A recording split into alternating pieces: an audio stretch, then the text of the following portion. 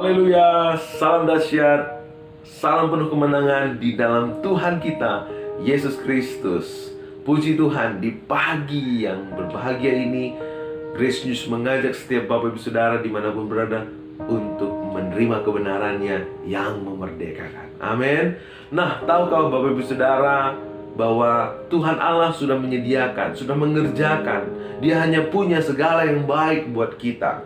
Nah, tetapi pertanyaannya, mengapa banyak orang Kristen, banyak yang mengaku percaya, belum merasakan, belum mengalami kebaikan-kebaikan yang Tuhan sudah kerjakan itu?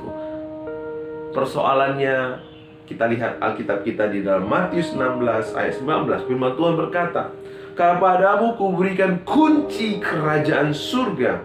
Apa yang kau ikat di dunia ini akan terikat di surga. Apa yang kau lepaskan di dunia ini akan terlepas juga di surga."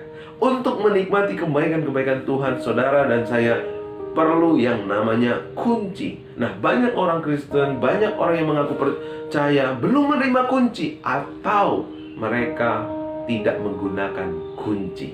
Nah, saudaraku, tahukah bahwa kunci itu berbicara tentang kuasa. Tuhan memberikan kepada manusia kuasa untuk menikmati segala yang diciptakannya, segala yang dikerjakannya. Kunci itu sudah diberikan kepada Adam. Tuhan berkata, "Berkuasalah dan penuhilah bumi, ya, kelolalah taman Eden." Tetapi pada akhirnya apa? Kunci itu diberikan kepada iblis.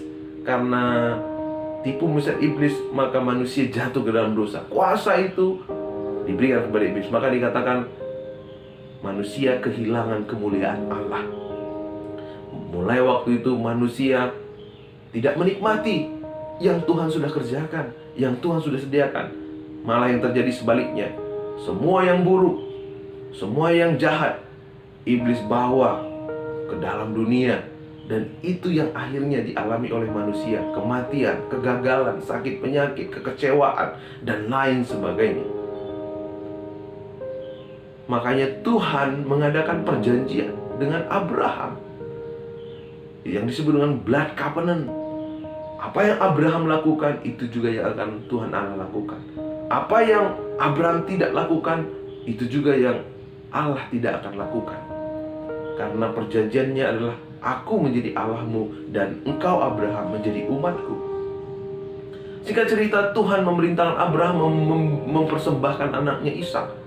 Maka Abraham mempersembahkan anaknya Ishak. Apakah benar-benar Allah ingin Abraham mempersembahkan, membunuh anaknya untuk menjadi korban? Tidak, karena dia punya perjanjian. Karena Abraham memberikan anaknya, maka Bapa pun memberikan anaknya. Karena hanya lewat anaknya manusia boleh ditebus dari dosa-dosanya. Tuhan Allah memberikan anak yang tunggal. Ia menghapus, Ia menebus dosa manusia, Ia melunasi semua penalti, Dia bayar semuanya sampai lunas. Sampai akhirnya kunci itu kembali kepada tangan Allah. Lalu kunci itu diberikan kepada saudara, kepada saya yang percaya kepada Yesus, yang memiliki pengakuan seperti Petrus, yang berkata, yang mengakui bahwa engkaulah Mesias, anak Allah yang hidup. Kunci itu diberikan kepada saudara. Jadi sekarang saudara yang mengaku Yesus sebagai Tuhan, saudara sudah punya kunci itu. Karena itu gunakan kunci itu. Gunakan kunci itu. Maka saudara dan saya akan melihat kebaikan-kebaikan Tuhan nyata lewat kehidupan kita, dan nama Tuhan dipermuliakan. Amin. Sekian dulu, sampai besok lagi. Tuhan Yesus memberkati kita semua. Amin.